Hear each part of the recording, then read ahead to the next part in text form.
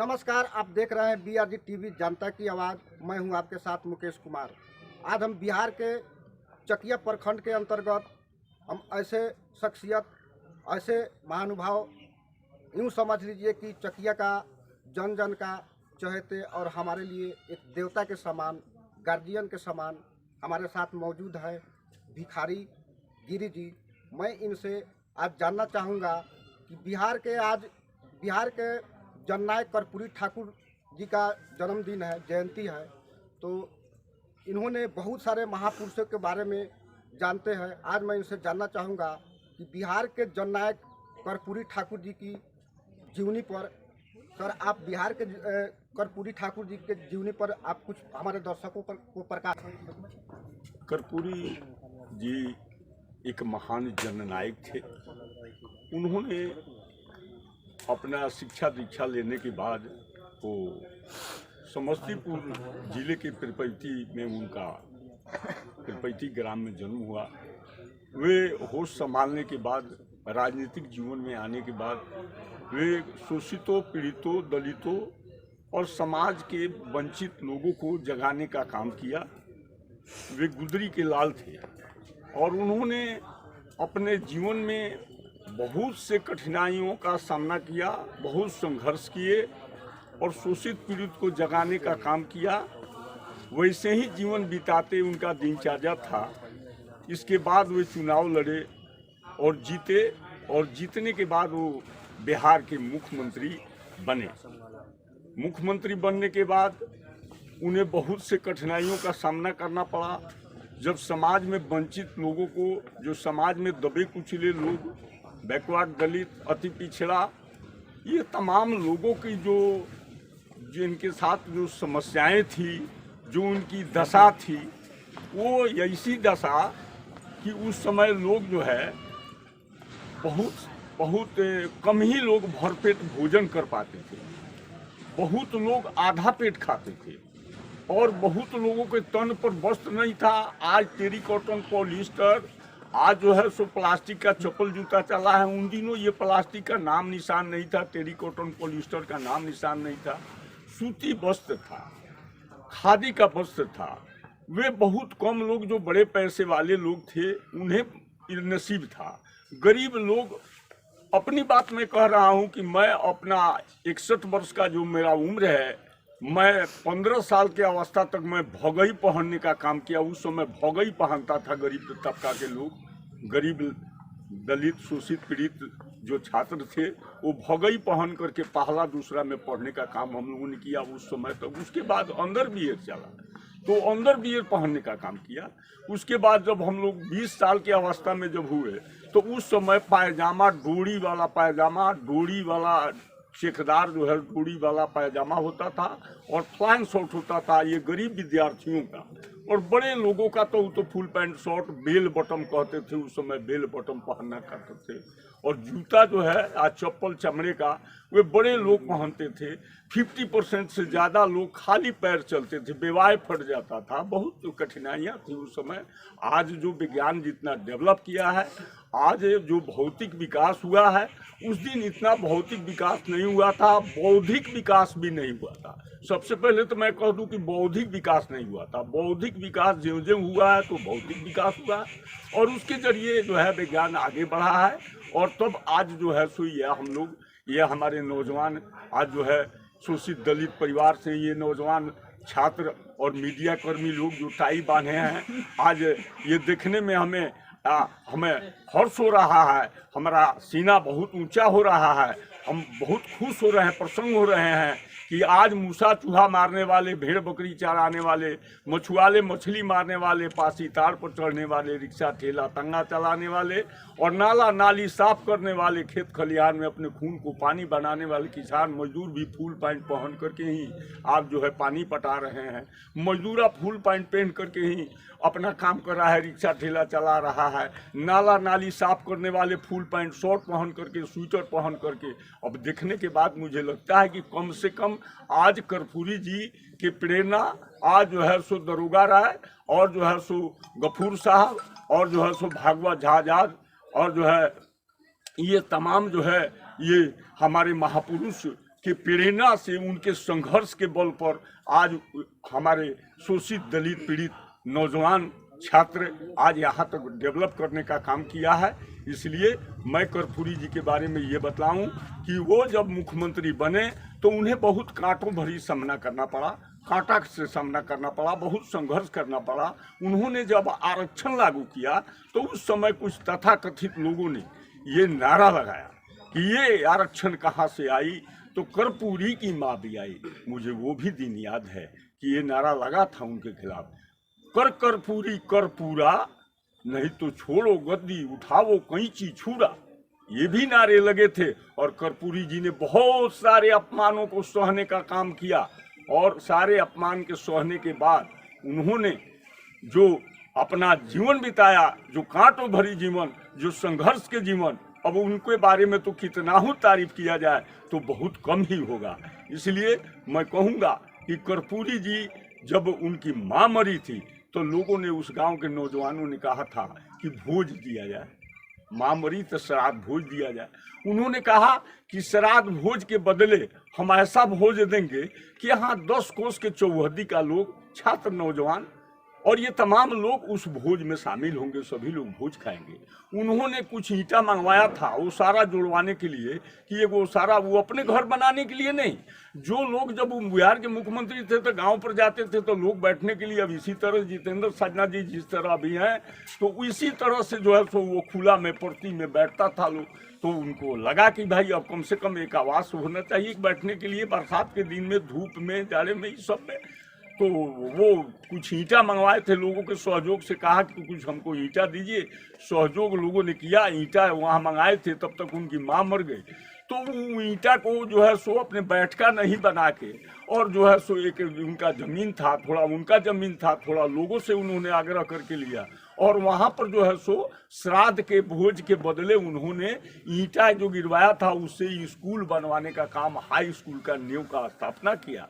और उसमें high school जब बन गया, अब विद्यार्थी जब पढ़ने लगे तो कुछ विद्यार्थियों ने कमेंट किया, कहा कि तो माँ के श्राद्ध का तो भोज हुआ नहीं। तो उन्होंने कहा कि एक ऐसा दिन भी आएगा जो सारे विद्यार्थी बिहार के सभी विद्यालयों में भोज भी खाएंगे और उनको रोज शिक्षा का भी भोज खाएंगे, पढ़ेंगे भी, वो भी भोज खाएंगे और भोज भी, पेट को भी भोज मिलेगा, दिमाग को भी भोज मिलेगा। वो भी एक ऐसा दिन आएगा जो आज दिन आपको देखने को मिल रहे हैं कि जो 7 क्लास के नीचे, जो मिडिल से नीचे के बच्चे आंगनबाड़ी केंद्र तक रोज का भोजन का भी व्यवस्था है, पेट को भी भोजन है और उनकी मानसिक भोजन है। इस तरह के जीवन उन्होंने जिया। इमरजेंसी के पीरियड में कर्पूरी जी वहाँ से जब सारे नेताओं को सरकार पकड़ रही थी, जेलों में डाल रही थी, इमरजेंसी लगा था कर्पूरी जी के रीजन में, तो उनकी वो भी कर्पूरी जी चलते बने, भागते रहे, सरकार से बचते रहे, कानून पुलिस से बचते रहे और उसी बचने के क्रम में उन्होंने आया चकिया में भी आए थे। और उस समय हम 16, 15, 17 के ही बीच के अवस्था का मैं था। तो मैं मिडिल स्कूल में उस समय बहुत ज़्यादा उम्र होने पर बच्चे 7 क्लास के विद्यार्थी होते थे, दाढ़ी मूंछ भी हो जाता था, तो 7 क्लास के गरीब के बच्चे, 7 क्लास के ही बच्चे रहते थे। मैं मिडिल स्कूल में पढ़ने आया, उस समय मैं देखा कि लोग 2-3 आदमी, उस समय एक नेताजी थे यहाँ चकिया में कम्युनिस्ट पार्टी के, उनसे उन्होंने कहा कि हमको ज्योतिक महतो से मुलाकात करा दीजिए। तो उसने कहा कि कुआं गांव में ज्योतिक महतो, ज्योतिक मुखिया का घर है, मैं बुला कर ला दे रहा हूँ, आप कर्पूरी जी हैं। उन्होंने इशारा किया कि चुप रहिए, पुलिस हमें पकड़ लेगी। अब वहाँ से ज्योतिक महतो को बुलाने का काम किया। ज्योतिक महतो के दरवाजे पर जो है सो गए और रात में उन्होंने रहने का काम किया। सुबह उनको ज्योतिक महतो झूल पहना करके, साधु वाला झूल पहना के पिपरा स्टेशन पर पहुंचाने का काम किया।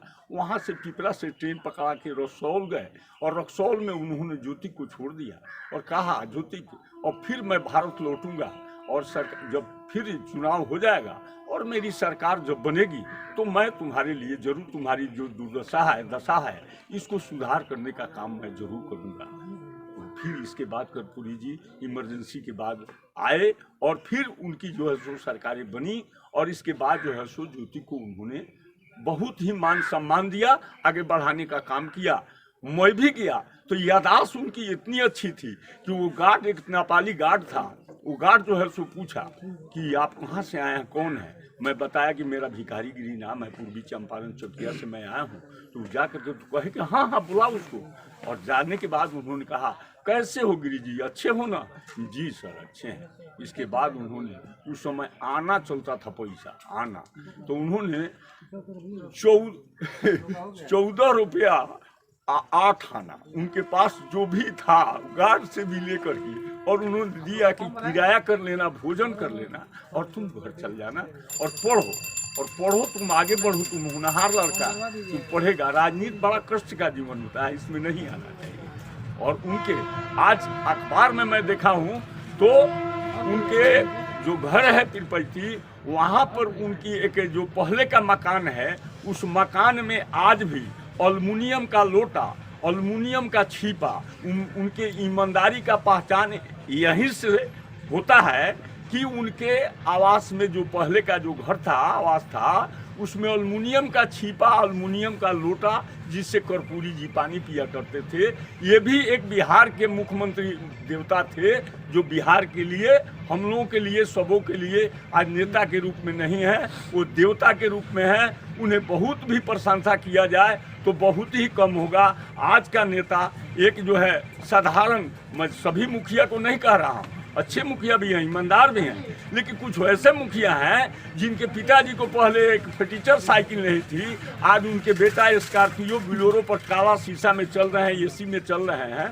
गांव के ही गरीब जनता अगर पैदल चल रहा है, अंधेरी हो गया है, समय उसको दूर तय करना है, लेकिन वे ये नहीं कहते कि आवो बैठल हमारा गाड़ी में, सीट बहुत खाली बा, ये नहीं कहते, वो उसको छोड़ देते। लेकिन जब चुनाव आएगा तो उसको गोड़ धरना से लेकर के माता पिता तू ही हो, माता पिता तुम ही हुआ, तुम ही हुआ, बंधु सखा तुम हुआ। तो आज के राजनीति और उस दिन के राजनीति मैं याद करता हूँ, यही तुलसीराम जो बगल में आपके जिस विधानसभा क्षेत्र में हम लोग बैठे हैं, खड़े हैं, हम लोग इसी क्षेत्र के जो तुलसीराम, स्वर्गीय तुलसीराम जो देवता थे, वो कर्पूरी जी के समान थे। और उन्होंने आज जा करके देख लीजिए तो उनके घर पे बरगद का पेड़ जमा है। उनके ईमानदारी का अंदाज इसी से है कि सीताकुड़ बेदीवन मधुबन में उनका घर है। आज उनके 10 साल एमएलए रहने के बाद भी उनके घर पर बरगद का पेड़ जमा हुआ है और एल्वेस्टर का घर है। और उनका पोता साइकिल बनाता है, साइकिल का पंक्चर बनाता है, और 2 गो पोता उनका असम में ईंट भट्ठा पर वो ईंट धोता है, माथे पर ईंट रख करके धोता है। इससे ही पहचान कर सकते हैं कि पहले के नेता और आज के नेता में, पहले के लोग आज के लोगों में क्या फर्क पड़ा है। और पहले जो था वो सेवा की भावना थी, वो देश सेवा, समाज सेवा, गरीबों के उत्थान के लिए, अति पिछड़ों के उत्थान के लिए। आज जो राजनीति है ये सिर्फ अति पिछड़ा और जातिवाद का नेता नारा देता है और चुनाव जीत करके जाता है तो किसी का कोई भला नहीं करता। वो सिर्फ इसकी फेरे में रहता कि एक बार नेता पद पावे, 7 पुस्तक मौज मनावे, टीवी वीडियो कार मंगावे, बाल बच्चा मिली मौज मनावे, पुलिस चोर नेता अधिकारी चारों है जगतारन की अधिकारी। नेता करे न चाकरी, चमचा करे न काम, उल्टा सीधा बोल के लेता अपना काम। आज की ये राजनीति है। यह देश है भारत, यह देश है भारत जहां हर रोज होते हैं घोटाले, कल कारखानों में पड़े हैं बड़े बड़े ताले। हो इस देश का कोई जो देश को बचा ले, देश कहाँ जा रहा है, क्या आपसे सहा जा रहा है, दिन हो या रात हर रोज की है बात। यह देश है भारत जहां हर रोज होते हैं घोटाले, कहीं दफ्तरों में कल कारखानों में पड़े हैं बड़े बड़े ताले। हो इस देश का कोई जो देश को बचा ले, देश कहाँ जा रहा है, क्या आपसे सहा जा रहा है। कहीं माताओं की चित्कार, कहीं बहनों की पुकार, कहीं हो रहे हैं नरसंहार, कहीं हो रहे हैं दलितों पर अत्याचार। कभी इसकी सरकार तो कभी उसकी सरकार, सब मिल के करते आम जनता पर वार। देश कहाँ जा रहा है, क्या आपसे सहा जा रहा है, दिन हो या रात हर रोज की है बात। इन्हीं शब्दों के साथ कर्पूरी जी की जो जीवनी है उस पर अगर घंटों चर्चा किया जाए तो उसका अंत नहीं होगा।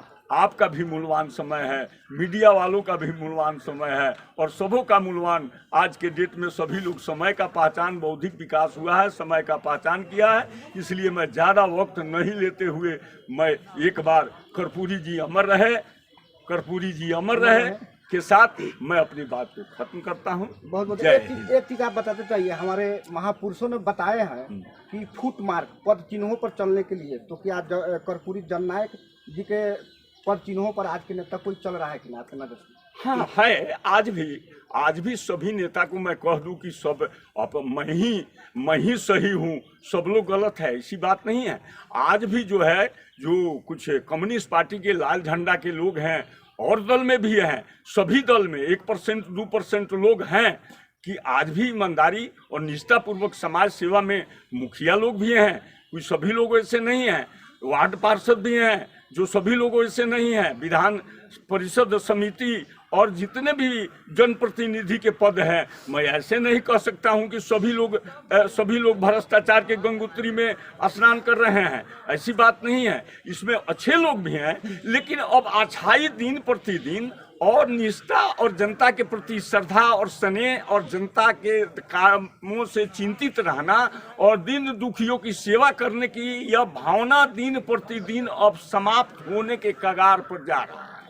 ये दिन प्रतिदिन ये पूंजीवादी व्यवस्था, चुनाव आया तो जातिवाद का नारा लगा दो, चुनाव आया तो रुपया पैसा बांट दो, चुनाव आया तो खिया दो पिया दो, ये सब जो है ये क्या है? ये सब पूंजीवादी व्यवस्था का ये सोच है। पूंजीवादी व्यवस्था इस देश के किसान मजदूर ये तमाम पर हावी हो रहा है। आज किसान इस कड़ाके के ठंड में मर रहे हैं, उनको सुनने वाला सरकार उनसे कोई वार्ता नहीं करती है, उनकी समस्या को सुनने के लिए तैयार नहीं है।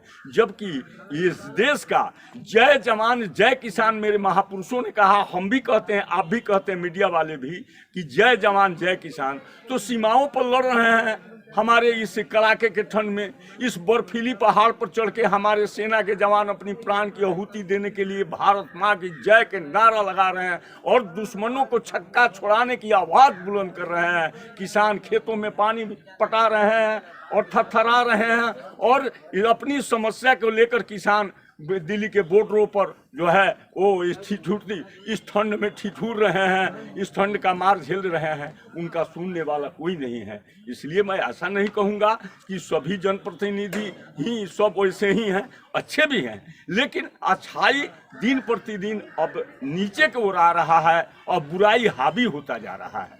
मैं इन्हीं शब्दों के साथ आप सभी को बहुत बहुत धन्यवाद है आपका। आप देख रहे हैं BRG TV। पुनः मैं आप सभी दर्शकों को हार्दिक स्वागत करता हूं। मैं फिर से घूम कर पूरे बिहार में ऐसे अनुभवी गार्जियन से, ऐसे शख्सियत से फिर मैं आपको रूबरू कराऊंगा। धन्यवाद।